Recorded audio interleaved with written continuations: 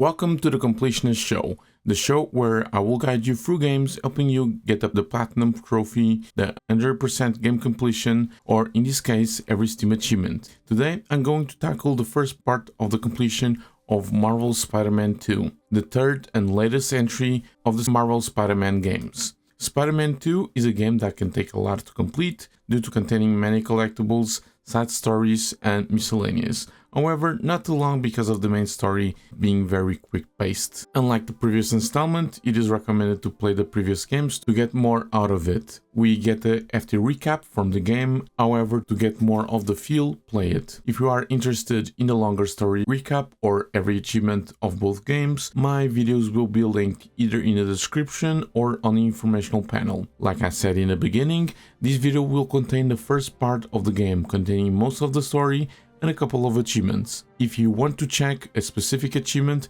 there are going to be timetables of said achievements in the description. With this out of the way, my name is Wedoo, and let's begin.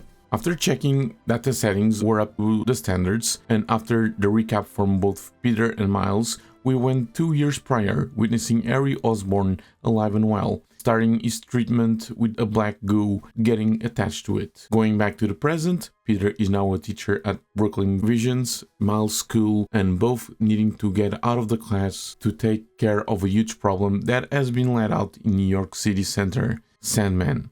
Learning the swinging mechanics once again, we go head-to-head against Sandman, learning more of the movement and combat elements of the game. Peter has new gadgets on his suit, spider arms, which can come in handy in tense situations. Another new addition to the game is a switch between Peter and Miles during the gameplay and the enemy health bar during boss fights, which is phenomenal. After dodging and eating Flint Marco, we take care of his sand clones. We are introduced to another new concept in the Spider-Man suit, the web wings, making your movement a lot more smoother. We deal with more sand minions and finally take care of Sandman. He gets imprisoned and get introduced to another major character of the game, Kraven the Hunter, unlocking You Are Gonna Need Help. Both Spider-Man are helping the citizens of New York, noticing that the network is down, so we help the citizens in distress and clear the obstructions. We, with the help of Genki, create the Focus Relay Neighborhood Data Spots, or FRIENDS for short, to help get even more notifications of crime throughout New York City. We test it out by stopping a crime with Peter, then do the same with Miles. With the network already online, Miles goes to save some citizen in a high-rise building,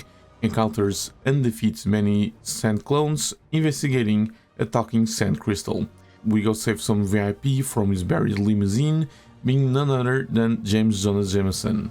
With a lot of protesting, we deliver him to the hospital and witness Peter getting fired from his teaching position at Brooklyn Visions. Peter receives a call from Miles, indicating that a job offer has been brought up for Peter from a former Peach colleague, Robbie Robertson, to take photos around New York, and by taking one, we get access to a citywide activity, Photo Ops. We pick another suit for Peter due to his current one being all sandy because of the fight, and we go straight to Pete's house. Peter talks with MJ, informing her that he got fired due to the Sandman incident, and both go inside the house, formerly Aunt May's, to clean up a bit before getting a brief flashback to Peter's youth. From out of nowhere, MJ screams, Peter goes to her aid, realizing that Harry Osborn is back in town better than ever. Harry and Peter go on their bikes, reminiscing, and reach Midtown High, their previous high school, and reminisce even more now about their high school days, avoiding security and police until Norman Osborn arrives at the school campus,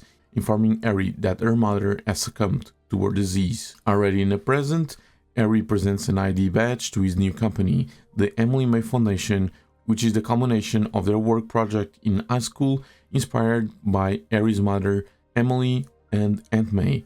Before switching back to Miles, we witness Kraven the Hunter entering the New York airspace. Miles, struggling with his college essay, gets invited by Peter to a babysitting job in the raft by watching over a prison transfer. Before going out, Rio Morales informs Miles that she has begun seeing another person. Going to the raft, we learn about the wind tunnels and how to navigate with them, being scattered around the city.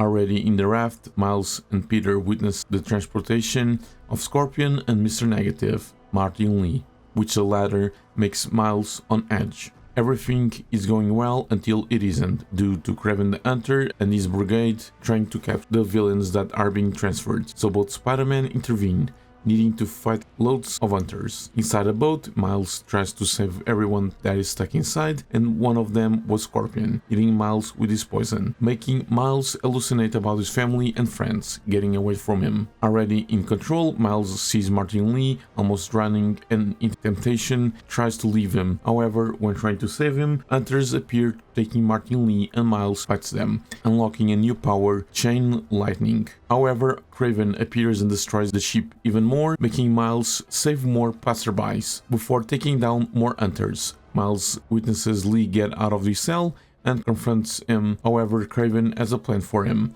so he takes Lee with him. Miles tries to stop Kraven, however Pete begs for Miles' help, so he decides to do the right thing, helping the citizens of New York.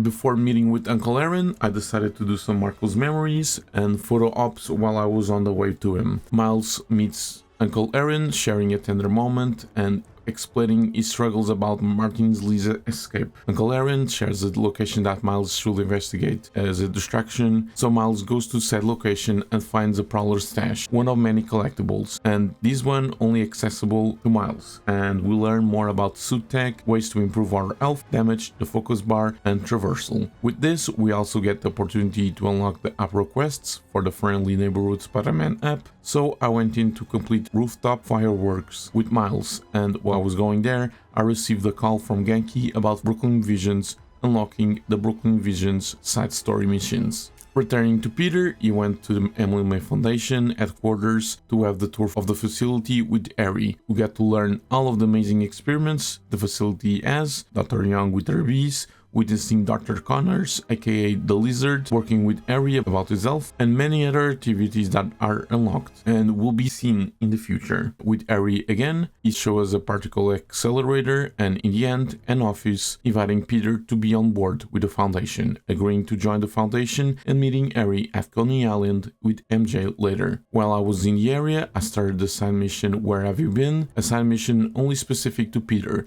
where he needs to save some citizens from a collapsed building, encountering a new enemy group, the Flame, and notices a former acquaintance, Yuri Watanabe, embracing her vigilante persona, Rafe. After taking care of Marco's memory, I checked another new side activity associated only with Peter, the EMF experiments. Peter checks on Williamsburg's bridge for Miles, encountering an invisible force field with many hunters and hunter beasts inside. So after taking care of them, Peter follows another hunter beast to another invisible force field, encountering yet many more hunters. Peter investigates a possible hunter base, so of course we take this opportunity to take everybody down in stealth, learning every kind of stealth takedown possible. Moving deeper into the base, we learn to webline, another way of traversing a base in a stealthy way, allowing us to stealth take down enemies as well. At the end of the base, Peter finds out that Kraven has been studying most, if not all of Peter's villains and hunting them one by one. We take more hunters out, getting more proficiency with the webline, and then try to discover more of the Kraven's targets, before being cornered by more hunters and hunter beasts, and witnessing Scorpion get fatally stabbed by Kraven. We now get access to hunter blinds, a new side activity that both Spider-Man can complete. So I tried one with Miles, using mostly stealth and the newly introduced webline. I got so good at it that I defeated my 25th enemy with a stealth takedown in stealth from the webline, unlocking Slackline. With the help of MJ, Miles investigates the whereabouts of Felicia Hardy, Black Cat, due to her being on Kraven's hit list, combing a couple of penthouses for her before moving to a hunter-infested building, the Sanctum Sanctorum. We take out several hunters before witnessing Felicia jump out of a portal with the help of Wedoo, needing to chase her throughout New York and the portals, before having a talk with her, teaming together against the several hunters. With the help of Miles, Felicia gets a portal to Paris, bidding Miles farewell. Miles tries to get to Mr. Negative location with the wand of Wedoo, however, Wong confiscates it before getting any results. Already in Coney Island, Genki and Miles get intrigued by Quentin Beck, formerly known as Mysterio, and his new attraction, the Mysterium. So Miles heads in to explore it with a very poor performance of being a DJ. Whilst it happened, the Mysterium malfunctioned, making Miles fight copious inner demons. After escaping, Miles heads off, switching to Peter. We experience the many attractions, witness Tombstone turn a new leaf, and then when everything seems okay, the hunters appear, so Peter takes them down one by one. Their target is none other than Tombstone, so Peter tries to fight every hunter in sight for the former villain.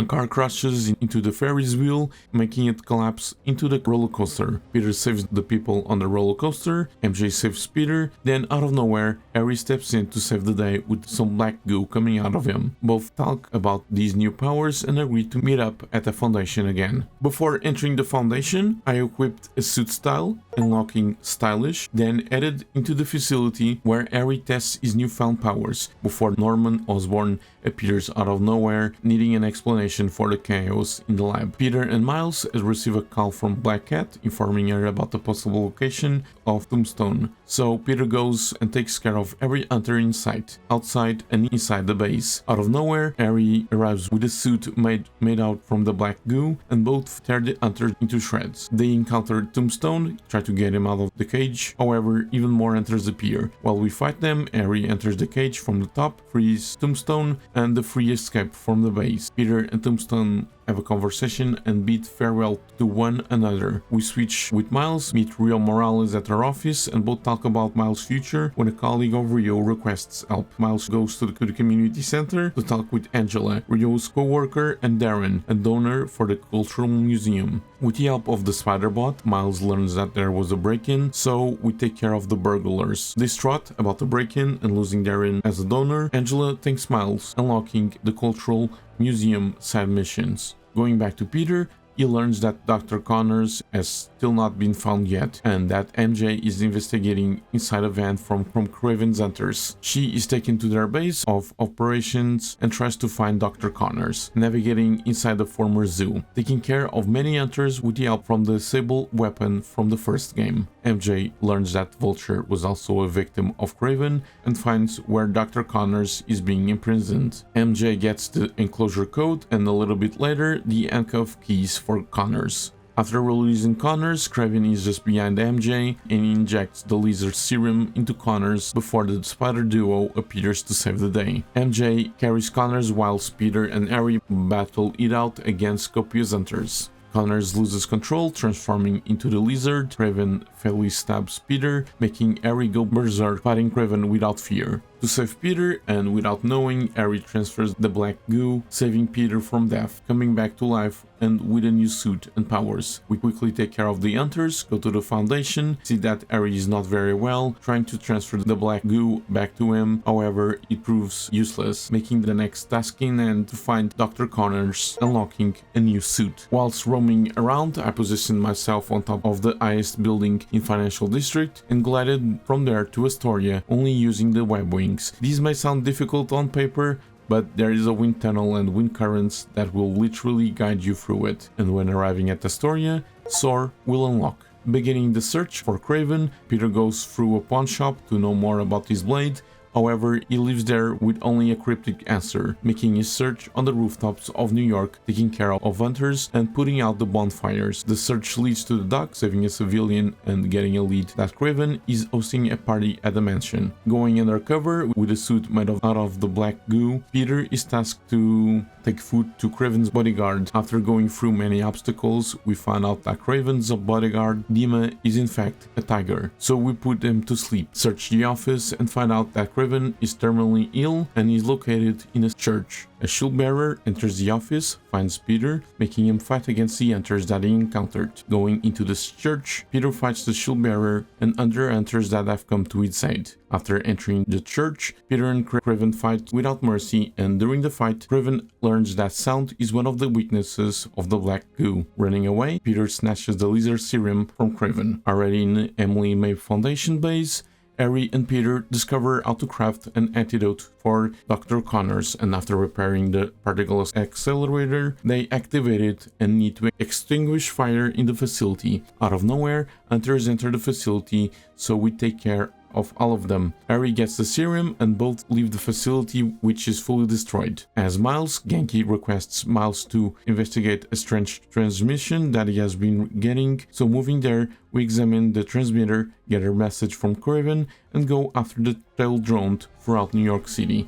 Miles gets a call from Harry, making him go to the cemetery and get some advice from his late dad, Jefferson Davis. While I was in the area, I quickly switched to Peter and interacted with Aunt May's grave, unlocking you know what to do. Peter goes to Astoria to look into Dr. Connor's home, investigating it fully, finding traces of a hidden lab, and inside said lab, security footage of Lizard getting gradually bigger than before. Hunters already in the area, Peter takes them out one by one and overhears that the Lizard is at the fish market. Transitioning to Miles, he gets a call from Peter to check out the fish market to look after the Lizard, and by going there, Miles finds copious hunters, so he takes care of them, finding vestiges of the Lizard in the market.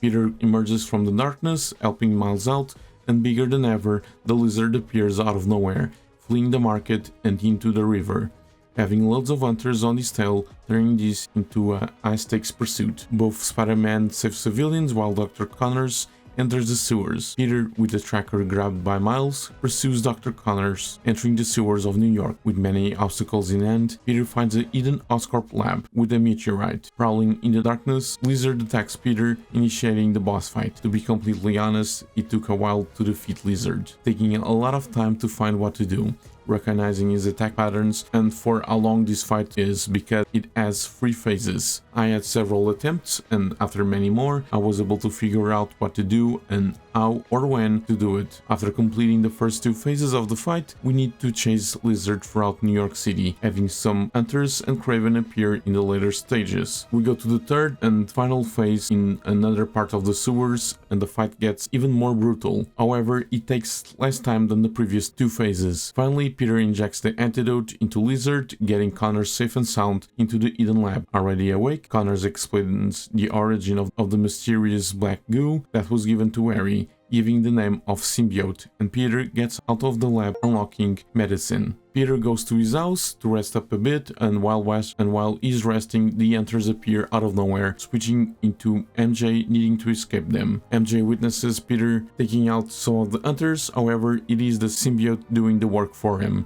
while he sleeps, clearing the multiple hunters in the residential area in the stealthy way. MJ witnesses Peter taking out the hunters like she has never seen before, calling Miles to help her out, leading into a roadblock filled with hunters. After taking them out, Miles pushes Peter into the tunnels, and MJ goes in to try to put some sense into Peter, while Miles continues to fight the hunters, getting put to sleep while trying to save a civilian. Craven tries to open up the tunnel, making MJ try to wake up Peter at any cost, proving useless. Craven takes Miles, while Peter wakes up on the bench like nothing happened. Peter goes into Harry's house and sees that he is getting sicker by the minute. MJ and Harry are worried sick about Peter's symbiote condition, and pissed off, Peter leaves the room and has a talk with Norman Osborn. Miles is still missing, so Peter goes to Rio Morales and pleads with Peter to look for Miles. Transitioning to Miles, he wakes up inside a cage in an unknown location, so he tries to find a way out, finding many hunters on his quest to free himself. Going through the whole location, Miles enters a room filled to the brim with hunters, however they are not hostile, and are leading Miles to enter an arena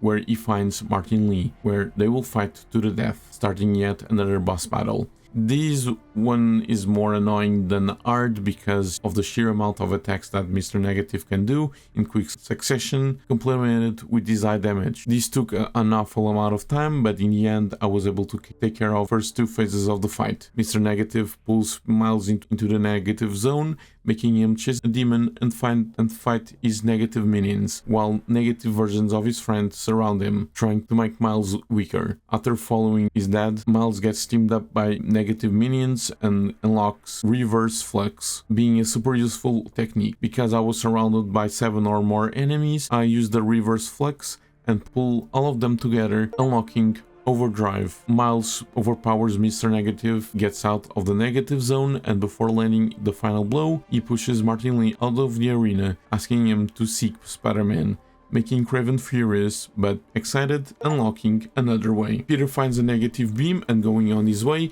finds Mr. Negative, and he shares the location of where Peter can find Miles, saying that Miles reminds him of Peter. Going into Kraven's mansion, Peter uses the symbiote surge to wreak havoc on the hunters. Peter enters the arena, gets trapped by Kraven, however with the proper motivation, he quickly frees himself, initiating yet another boss battle, but now against Kraven the Hunter. He is the hardest boss fight yet, having multiple gadgets at his disposal, combined with his high damage and speed. It takes a lot to stay down, making me lose many attempts. After the first phase, Kraven will whistle to activate the bell in a mansion. Peter goes after it to stop it, but he rings it much harder, starting phase 2, being much harder because you need to immobilize the bell as well as deal with Kraven and his cloaking ability. After the brutal showdown, Kraven and Peter almost kill one another. However, Miles intervenes, saving Kraven, initiating the fight between the two Spider-Men. Again, this fight can be difficult, however with the help of the symbiote bombs that Peter throws at Miles, we can redirect them to the bell, paralyzing Peter, allowing Miles to hit him pretty hard. Between phases, Miles tries to get Peter out of the symbiote and Peter tries to get out of as well, but each time the symbiote gets hold of him. Finally, Miles gets hold of the bell and rings it harder than before, allowing Peter to break out of the symbiote, and after taking it out, Miles traps it. Already out of the mansion, Peter apologizes and thanks Miles for every bit of help that he provided, and both move on to their next assignment, unlocking the Great Hunt. Peter heads into the Oscorp Tower to deliver the symbiote to Dr. Connors. However, Harry appears out of nowhere, fighting with Harry about the symbiote, and he breaks out, going back to Harry, and Venom is born. We switch to Venom and fight a plethora of Oscorp guards inside Oscorp Tower, and outside we take care of dozens of hunters before fighting the leader himself, Kraven. This fight is much different from the previous one because we wipe the floor with Kraven, having one of the easiest boss battles in the game. Venom picks up a defeated Kraven, throws him into the billboard, and ends his life like Kraven wanted to. Venom goes to the Trinity Church, bringing Harry out and starts to heal the world, unlocking Leave Us Alone.